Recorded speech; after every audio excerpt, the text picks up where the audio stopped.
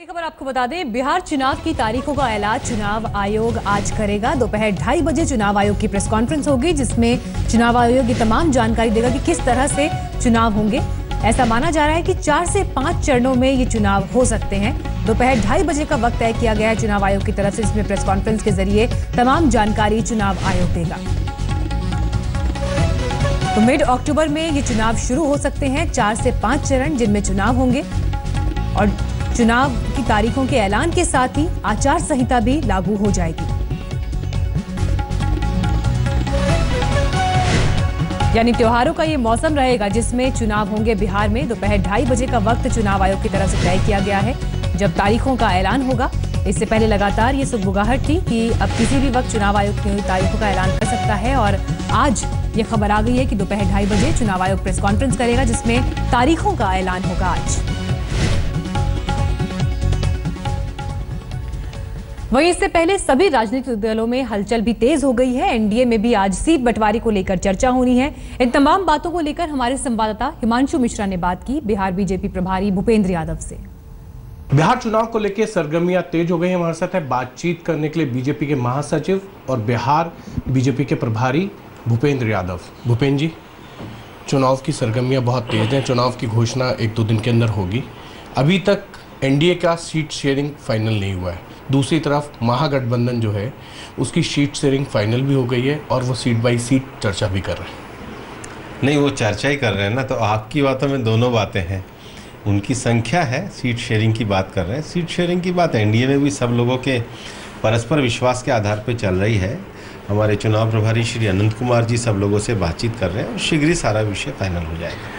आज जो आपकी मुलाकात होनी है, चाहे रामविलास पासवान जी के साथ हो या मांझी जी के साथ, क्या मान के चलें कि आज सीट शेयरिंग को लेकर फाइनल डिसीजन हो जाएगा? लगातार सब लोग बातचीत कर रहे हैं और सबका सहयोग लेकर चुनाव की रणनीति, चुनाव के बारे में विषय, मुद्दे, विज़न, कार्यक्रम, जनसंवाद, सब पर बातचीत चल रही है और सभी विषय सही समय पे उत्तर के साथ आ जाएंगे। जिस तरीके से बिहार के अंदर महागठबंधन से मुलायम सिंह यादव बाहर आ गए, क्या इसका फ़ायदा बीजेपी को मिलेगा? देखिए, मुलायम सिंह जी के साथ भी जो बर्ताव नीतीश जी ने किया है वो उनकी कार्यपद्धति का एक भाग है। आप ये मान के चलिए कि बिहार में जंगल राज की समाप्ति के लिए का नारा नीतीश कुमार जी ने दिया था, और आज जब उनको सत्ता लेनी है तो वो लालू जी के 15 साल को सुशासन का सर्टिफिकेट दे रहे हैं। और हम ये मानते हैं कि बिहार को जंगल राज से मुक्ति दिला करके जो विकास और निरंतरता के लिए एक विश्वसनीय शासन की जरूरत थी, उसके साथ भी विश्वासघात करने का काम नीतीश कुमार जी ने किया। जब जतिन राम मांझी जी ने बिहार में गरीबों का काम करने वाले मुख्यमंत्री के रूप में अपनी इमेज बनानी शुरू करी, तो उनके साथ भी विश्वासघात करने का काम उन्होंने किया। और ये तो राजनीतिक परिस्थितियों को और अखबारों को देखने से स्पष्ट होता है। जब उनको लगा मैं अकेला पड़ गया हूँ तो वो बहुत तेज़ी से मुलायम सिंह जी के पास भागे। उन्होंने तो अपने दल का मुलायम सिंह जी में विलय कर दिया था। आज जब सीट की बात आई तो उन्होंने मुलायम सिंह जी से पूछा भी नहीं। तो हम तो शुरू से कह रहे हैं कि नीतीश जी को हमने भी पहचाना है कि उन्होंने विश्वासघात की राजनीति करी है। बिहार की जनता ने भी पहचाना है। शुक्र है, देरी से सही, पर मुलायम सिंह जी ने भी पहचान लिया।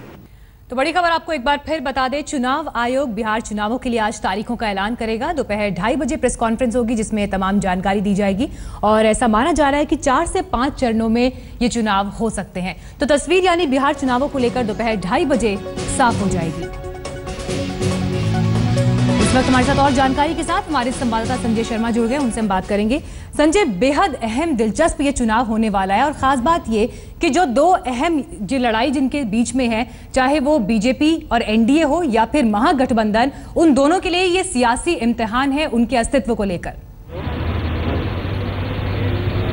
जी हाँ, सियासी इम्तिहान तो है, हर चुनाव सियासी इम्तिहान होता है, लेकिन इसमें सबसे दिलचस्प बात यह है कि दोनों जो बड़े गठबंधन है, दोनों में टूट फूट शुरू हो चुकी है, दोनों में मनमुटाव है, दोनों में मनभेद है, दोनों में मतभेद है।